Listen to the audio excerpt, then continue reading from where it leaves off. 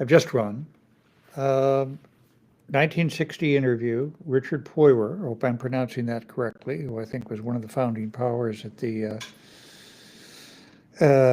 Paris Review, his 1960 interview with Robert Frost. Now, of course, Robert Frost is just about the best known name in American poetry, and of course has an image, solid, stately, the soul of New England. Um, we also, unfortunately, think of a lot of his poems as some of the first ones we read in grade school, and I say unfortunately because I don't want to leave him back there. And as this interview makes plain, some of his kind of what we take to be New England crankiness was sly and self-aware, and he's good to hear. So it begins. They explain Mr. Frost came into the front room of his house in Cambridge, Massachusetts, casually dressed, wearing high plaid slippers. Boy, I got to see those, offering greetings with a quiet, even diffident friendliness. But there was no mistaking the evidence of the enormous power of his personality. It makes you at once aware of the thick, compacted strength of his body, even at the age of 86. It's apparent in his face, too, actually alive and spontaneously expressive to be as ruggedly heroic as in his photographs. The impression of massiveness, far exceeding his physical size, is inseparable from the public image he creates and preserves. This image is invariably associated with popular conceptions of New England as no simple matter of his own geographical preferences. New England, of course, is evoked in the scenes and titles of many of his poems, and more importantly, in his Emersonian tendencies, including his habit of contradicting himself, his capacity to, this is in quotes, unsay through the sound of his voice what his words seem to assert. His special resemblance to New England, however, is that he, like it, has managed to impose upon the world a wholly self-created image. It is not the critics who have defined him. It is Robert Frost himself. Frost was seated most of the time in a blue overstuffed chair, which he had bought to write in. It had no arms, he began, and this left him the room he needed. Robert Frost says, I never write anything except with a writing board. I've never had a table in my life, and I use all sorts of things, right on the sole of my shoe. Why have you never liked a desk? Is it because you move around so much, lived in so many places? Even when I was younger, I never had a desk. I never had a writing room. Is Cambridge your home base pretty now much? In the winter, but I'm nearly 5 months in Ripton, Vermont. I make a long summer up there, but this is my office and business place. Some of the early critics, like Garnett and Pound, talk a lot about Latin and Greek poetry with reference to yours. You'd read a lot of classics? Robert Frost says, well, probably more Latin and Greek than Pound ever did. Interviewer says, didn't you teach Latin at one time? Yes, when I came back to college after running away, I thought I could stand it if I stuck to Greek and Latin and philosophy. That's all I did those years. Did you read much in the Romantic poets? No, you couldn't pin me there. I read all sorts of things. I said to some Catholic priests the other day when they asked me about reading, I said, if you understand the word Catholic, lowercase, I was very Catholic in my taste. What sort of things did your mother read to you? That I wouldn't be able to tell you. All sorts of things, not too much, but some. She was a very hard-worked, he pointedly says hard work, not hard-working person. She supported us. Born in Scotland, but grew up in Columbus, Ohio. She was a teacher in Columbus for 7 years in mathematics. She taught with my father 1 year after he left Harvard and before he went to California. You know, they began to teach in high school in those days, right after coming out of high school themselves. Your mother ran a private school in Lawrence, Massachusetts, didn't she? Yes, she did, around Lawrence. She had a private school, and I taught in that some, as well as taking some other schools. I'd go out and teach in district schools whenever I felt like springtime. How old were you then? Oh, just after I'd run away from Dartmouth along there in 93, 94. He means 1893, 1894, of course. 20 years old. Every time I'd get sick of the city, I'd go out for the springtime and take school for one term. I did think that, I think 2 or 3 times the same school. Little school with 12 children, about a dozen children, all barefoot. I did newspaper work in Lawrence, too. I followed my father and mother in that, too, you know. I didn't know what I wanted to do with myself to earn a living. I taught a little, worked on a paper a little, worked on farms a little. But I just followed my parents in newspaper work. I edited a paper a while, and then I was on a regular paper. When you started to write poetry, was there any poet you admired? Robert Frost says, well, I was the enemy of that theory, the idea of Stevenson's. I suppose he means Robert Louis Stevenson's, that you should play the sedulous ape to anybody. That has done more harm to American education than anything that ever got out. Did you ever feel an affinity between your work and any other poets? Robert Frost says, well, I leave that for somebody else to tell me. I wouldn't know. I've been asking a lot of questions about the relationship of your poetry to other poetry, but of course there are many other non-literary things. You've been very interested in science, for example.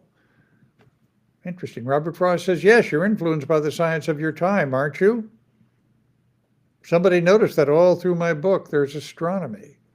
Interviewer asked, like the literate farmer and the planet Venus? Yeah, but that's all through the book, all through the book. Many poems. I can name about 20 that have astronomy in them. Somebody noticed that the other day. Why has nobody ever seen how much you're interested in astronomy? Well, that's a bias, you could say. One of the earliest books I hovered over, hung around, was called Our Place Among Infinities by the astronomer in England named Proctor, noted astronomer. It's a noted old book. I mentioned that in one of the poems I use that expression, our place among the infinities. From the book I must have read as soon as I read any book, 13 or 14. Right in there I began to read. I remember the first year I began to read, though, I had a little sister who read everything, lots of books, everybody's books. She was young and precocious. Me, well, they put me in the out of doors for my health. Interviewer says, well, you were thinking about science and literature. I wonder if you have any reaction to the fact that the Massachusetts Institute of Technology, this is 1960, remember, is beginning to offer a number of courses in literature. Frost says, I think they had better tend to their higher mathematics and higher science, pure science. They know I think that. I don't mean to criticize them too much, but you see, it's like this. The greatest adventure of man is science. The adventure of penetrating into matter, into the material universe. But the adventure is our property, a human property, and the best description of us is the humanities. Maybe the scientists want to remind their students that the humanities describe you who are adventuring into science. And science adds very little to that description of you, a little tiny bit. Maybe in psychology or in something like that, but it's awfully little. And so the scientists, to remind their students of all this, give them half their time in the humanities now. To me, that seems unnecessary. They're worried about us and the pure sciences all the time, so they better get as far as they can into their own subject. Paris Review says, you mentioned psychology. You once taught psychology, didn't you? And Frost says, that was entirely a joke. I could teach psychology. I've been asked to join a firm of psychiatrists, but I went up there to disabuse the Teachers College, now Plymouth State University, of the idea that there is any immediate connection between psychology and their classroom work. I wanted to disabuse them of the notion that they could mesmerize a class if they knew enough psychology. That's what they thought. I wonder if you feel the poems of yours that appear most often in anthologies represent you very well. Robert Frost says, I'm always pleased when somebody digs up a new one. I don't know. I leave that in the lap of the gods, as they say. I don't read criticism. You'll see no magazines in this house. Interviewer says the difficulty of your poetry is perhaps in your emphasis on variety and tones of voice. You once said that consciously or unconsciously it was the tones of voice you counted on to double the meaning of your statements. And Frost says, yes, you could say that. That could unsay everything I said nearly. Talking in contraries, it's one of the poems. Talking by contraries with people you're very close to. They know what you're talking about. This whole thing of suggestiveness and double entendre and hinting, it comes down to the word hinting. With people you can trust, you can hint. See, I haven't led a literary life. These fellows that really work with their prose, trying to describe themselves and understand themselves and so on, I don't do that. I don't want to know too much about myself. I never wrote a review in my life. I never wrote articles. I'm constantly refusing to write articles. These fellows are all literary men. I don't have hours. I don't work at it. You know, I'm not a farmer. There's no pose of mine, but I have farmed some and I just putter around. I walk and I live with other people. I like to talk a lot, but I haven't had a very literary life. Interviewer says, would you agree there are probably more good prizes for poetry today than there are good poets? Robert Frost says, I don't know. I hate to judge. It's nice for them. It's so nice for them to be interested in us with their foundations. You don't know what'll come of it. You know, the real thing is that the sense of sacrifice and risk is one of the greatest stimuli in the world.